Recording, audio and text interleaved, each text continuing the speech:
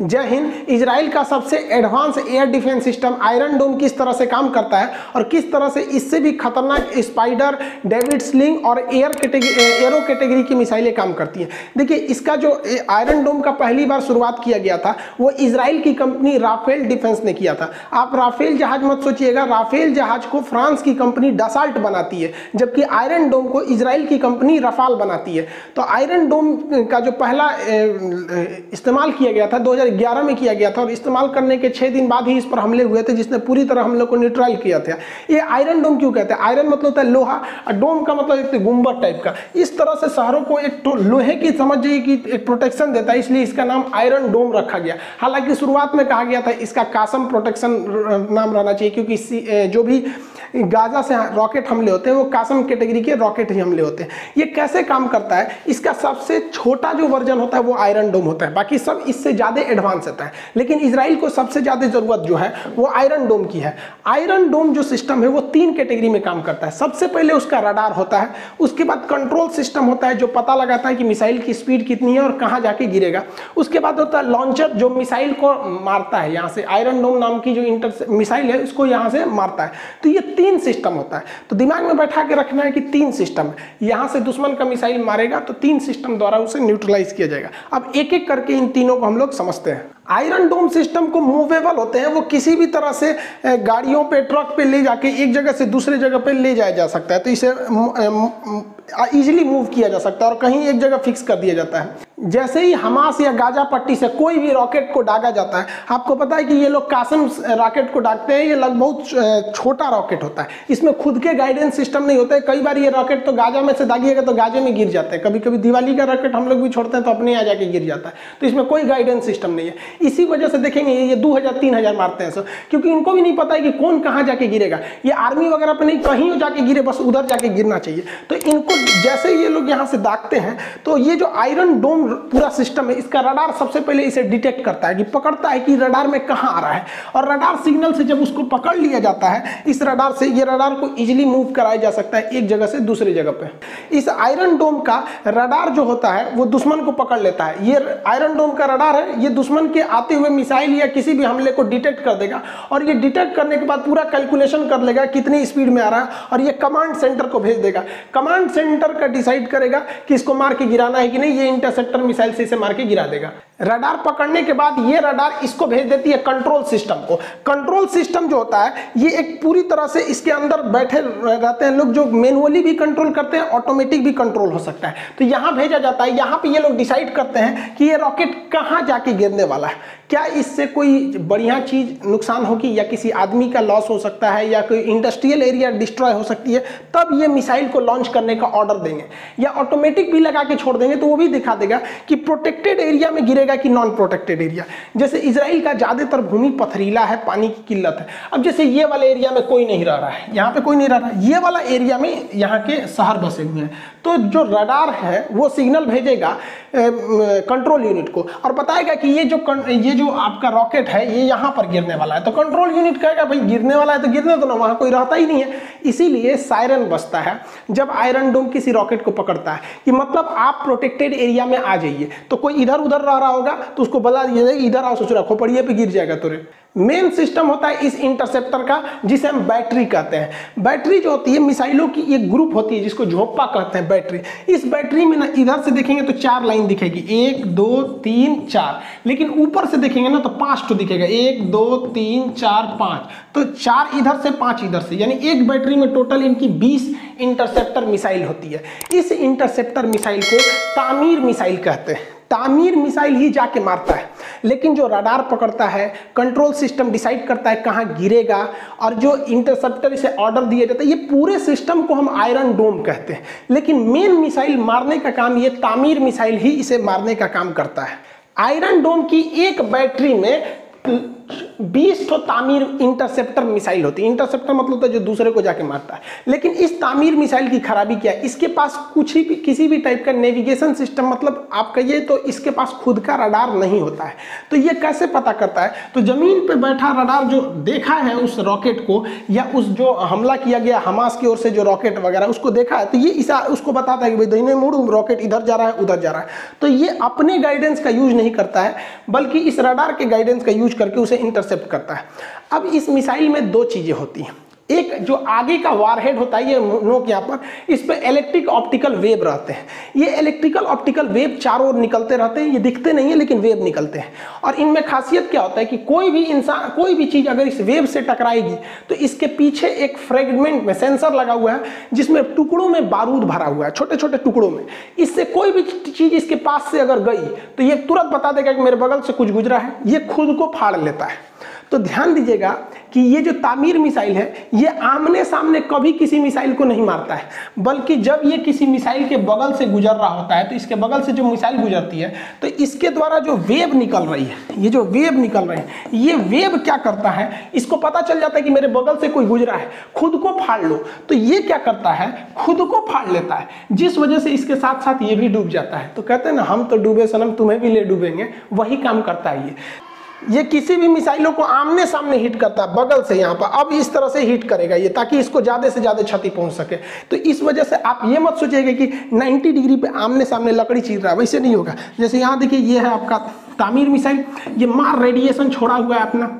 अब कोई भी इसके संपर्क में, जैसे देखिए ये उधर से संपर्क में आया, ये टूटेगा और ये पूरी तरह से ब्लास्ट कर जाएगा। तो याद रखिएगा, ये पैरेलली जाके ब्लास्ट करता है, 90 डिग्री पे नहीं। जब कभी भी तामीर मिसाइल इस तरह से रहता है तो ये बहुत ज्यादा घातक हो जाता है और इसके बचने की संभावना ना हो जाती है। इसलिए कहा जाता है 90% ही कारगर होता है, 10% में कभी कभी ये मिस कर जाता है।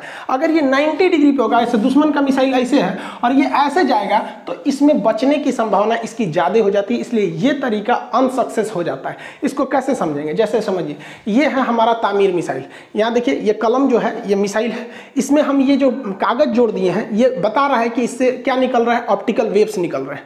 अब कोई भी मिसाइल इसके बगल से गुजरेगा, तो बगल से गुजरेगा तो इस ऑप्टिकल वेव से टकरा जाएगा, और जैसे टकराएगा इससे तो ब्लास्ट हो जाएगा। लेकिन अगर कोई 90 डिग्री सामने से निकल गया तो इस ऑप्टिकल वेव से वो नहीं टकरा पाएगा, जिस वजह से उसके बचने की संभावना ज्यादा हो जाती है। इस वजह से ही 90 डिग्री पे जब भी कोई मिसाइल आती है, जैसे यहां से आया और ये इधर गया, तो ये 90 डिग्री ये आमने सामने होता है तो बहुत कम चांसेस है। कभी कभी तो दो मिसाइल सामने से ही जाती है और दोनों 90 डिग्री पे रहती है, तो ये दोनों निकल जाते हैं सब वहां पर। इजराइल ने इसमें सुधार किया और क्या किया, इस मिसाइल में विंग्स वगैरह को और एडवांस किया, जिससे कि ये अपनी दिशा बदल ले। और अगर मिसाइल एक बार मिस कर जाता है तो ये दिशा बदल के उसको पीछे से आके, रडार उसको कहता है अरे पीछे से चोटिया, उसको चोटिया, तो पीछे से जाके ससुरा उसको चोटिया के मार देता है, उसको पिछवा से मार देता है उसको। यानी एक बार मिस हो गया कोई दिक्कत नहीं, लौट के आएगा फिर मारेगा, दौड़ा दौड़ा के मारता है, बहुत खतरनाक है ये तामीर मिसाइल। याद रखिएगा, आयरन डोम और तामीर मिसाइल में अंतर है यहाँ पर। अब जैसे यहाँ देखिए, ये दो मिसाइल ससुरे इधर थे सब दुश्मन के, ये वाले मिसाइल हैं दुश्मन के हैं, और ये आपका तामीर मिसाइल है। ये लोग भाग रहे हैं, लोग दौड़े दौड़े मारो मारो मारो, इजराइल पे गिरो, इजराइल पे गिरो। इस ससुरा बगल से जाएगा, कहेगा चाचा कहाँ, जेरूसलम, चलिए चलिए चलिए, आइए आइए, बीचवा में घुसेगा और खुद को फाड़ लेगा। ये भी गए, काम खत्म। तो आप देखेंगे इजराइल जो है ना, बहुत खतरनाक दुश्मन के जहाजों को मारते, मिसाइलों को मार देता है। अब जैसे ये लोग आगे सूर्याइले आ रहे हैं मुंह उठा के, चलो चलो मारो मारो मारो मारो, वहां पे आइए, आगे से आके कहेगा आइए आइए पधारिए यहाँ पर। और जैसे ये आएंगे इसके सेंसर में टकराएंगे, ये खुद को फाड़ेगा, ये दोनों लोग फट जाएंगे। आयरन डोम किसी भी वेदर कंडीशन में, चाहे बारिश हो रही हो, तूफान आ रहा हो, किसी भी वेदर कंडीशन में जाके दुश्मन को मार सकता है, ये ऑल वेदर काम कर सकता है। आयरन डोम मिसाइल जो है वो किसी भी मिसाइल को बहुत हाइट पे जाके इंटरसेप्ट करता है, जिस वजह से इसका फ्रेगमेंट और कचरा नीचे आने से पहले ही डिस्ट्रॉय हो जाता है। ये पूरा डे नाइट मैच खेलता है, एकदम 20-20 वाला, दिन में भी काम करेगा, रात में भी करेगा, बहुत ज़्यादा हाइट पर भी काम करेगा। किसी भी तरह का मौसम रहे, खराब मौसम रहे या अच्छा मौसम रहे, ये दुश्मन को धूल चटा देता है। कोई भी मिसाइल यहाँ गिरती है उसको 90% तक ये मिसाइल उसे गिरा देता है। लेकिन हर चीज़ की कुछ ना कुछ कमजोरियाँ होती हैं। इसकी भी एक खराबी क्या है कि ये बहुत महंगा है। एक इंटरसेप्टर जो मिसाइल निकलती है वो आती है 30 लाख रुपए में, और लोगों की जान को बचाने के लिए। और इंटरसेप्टर मिसाइल का कंसेप्ट होता है कि दो मिसाइलों को एक साथ मारा जाता है, क्योंकि अगर मान दिए एक तो मिसाइल 90 डिग्री पे निकल गई तो दूसरी वाली उसको जाके इंटरसेप्ट कर दे। तो अगर हमास एक ठो कासिम रॉकेट मारता है तो हमास का एक कासिम रॉकेट आता है 3 लाख में, और इनका एक इंटरसेप्टर आता है 30 लाख रुपया में, और दो छोड़ना पड़ता है, यानी उनके 3 लाख के लिए इनको 60 लाख रुपया खर्चा करना पड़ता है। लेकिन इन लोग की जान की अहमियत है, इन लोग की संख्या भी बहुत कम है और इन लोग के पैसा की कोई कमी नहीं है, और हमास वगैरह के पास फंडिंग डायरेक्ट नहीं आती है, इधर उधर से इलीगली तरीके से छुपा के ही फंडिंग आती है। तो पहला, इसका कॉस्ट बहुत खतरनाक है, लेकिन इजराइल ने इस कॉस्ट का भी काट निकाल लिया है, आगे समझाएंगे। दूसरा, इसका एक सैचुरेशन पॉइंट होता है, किसी भी चीज का एक क्षमता होती है कि कितने मिसाइलों को ये काउंटर कर सकता है। हालांकि इजराइल में जितने भी ये चीजें लगे हैं सब आपस में जुड़े हुए हैं। अगर किसी आयरन डोम के पास 200 मिसाइलें एक पास आ जाएंगी तो इसके बैटरी में तो केवल 20 ही है, तो भाई ये 20 को मार देगा और अगल बगल वाले को मैसेज भेज देगा हमारा पे 200 आया है, तो वो भी आके इधर उधर मार देंगे सब। लेकिन सबकी एक कैपेसिटी होती है, मान के चलिए कि जहां 400 आयरन डोम के इंटरसेप्टर मिसाइलें हैं और वहां पे अगर 600 आ जाएगा तो जेन्युइन है कि भैया आपको तो बहुत ज्यादा लॉस हो जाएगा। तो इसी वजह से कुछ गिर जाते हैं। तो इस बार देखे होंगे इजराइल को भी अच्छा खासा लॉस हुआ है, और हमास को लड़ाई में तो ज्यादा लॉस हमेशा फिलिस्तीन और हमास को होता है, क्योंकि ये लोग काफी ज्यादा एडवांस है। अत्यधिक खर्चीला होने के कारण इजराइल इसके नई टेक्नोलॉजी पर काम कर रहा है, जिसमें ये लेजर बीम का यूज करेगा और इसका नाम रखेगा आयरन बीम। ये क्या करेगा, दुश्मन के जो भी रॉकेट वगैरह है उस पर ये मिसाइल न मार के आयरन बीम मारेगा, एक तरह का लाइट हो जाएगा यहाँ पे। तो ये क्या है, इलेक्ट्रिक से जनरेट हो जाएगा, ये तो खर्चा होने वाला चीज नहीं है, एकदम पैसा कम हो जाएगा यहाँ पर। तो वही लगा देगा, दुश्मन का जहाज हवा में उड़ जाएगा। एकदम समझिए जिस तरह से भारत का काली किस तरह से अगर किसी चीज पे डायरेक्ट इंपैक्ट कर दे तो उसके सेल वगैरह को खराब कर सकता है, बाहरी कवर वगैरह को खराब कर सकता है, उसी तरह ये भी काम करेगा आयरन बीम। तो आयरन डोम जो कॉस्टली था उसका ये तोड़ है। अभी इस पर रिसर्च है, 2023 या 24 तक इसे इजराइल में शामिल कर लिया जाएगा।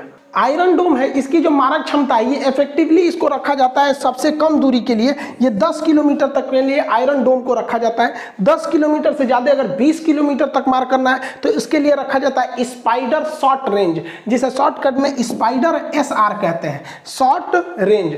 ये 20 किलोमीटर तक मार देता है। इससे भी तगड़ा होता है स्पाइडर मीडियम रेंज। तो स्पाइडर में आगे MR लगा देते हैं, MR का मतलब होता है मीडियम रेंज, ये 50 किलोमीटर तक मार देता है। और इससे भी अगर ज्यादा सुरक्षा चाहिए और हाई लेवल का तो उसमें लगाया जाता है डेविड स्लिंग। डेविड स्लिंग जो मिसाइलें होती हैं ये 160 किलोमीटर दूर तक के दुश्मन के किसी भी टारगेट को नष्ट कर देती हैं। तो देख रहे हैं 10, 20, 50, 160, इतना लंबा इसके पास सिक्योरिटी सिस्टम है, इस पर कोई नहीं मार सकता है।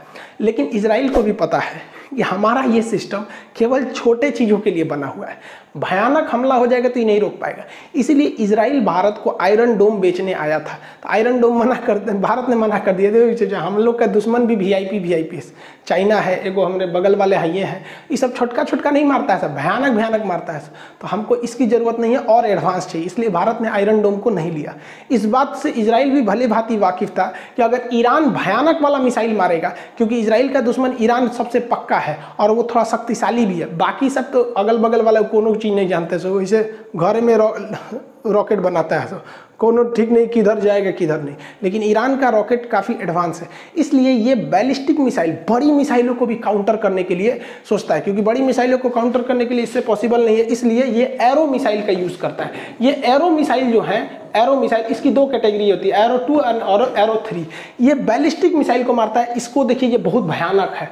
तो बड़ा मिसाइल को मारने के लिए बड़ा चाहिए और बड़ा रडार लगाया गया इसका, ये भी बहुत लंबा मारता है, ये भी लगभग 100 से 150 किलोमीटर में मार करता है। इसका ऑफिशियली मतलब इजराइल ने कभी इसका बहुत ज़्यादा यूज नहीं किया, जिस वजह से इसका मतलब डाटा जो आता है वो अनऑफिशियली ही आता है। तो एरो 2 और एरो 3 जो हैं, ये ऐसा नहीं सोचिएगा कि डेविड स्लिंग से ज़्यादा दूर तक मारेंगे, जितना डेविड स्लिंग मारता है उतना ही ये भी मारेंगे।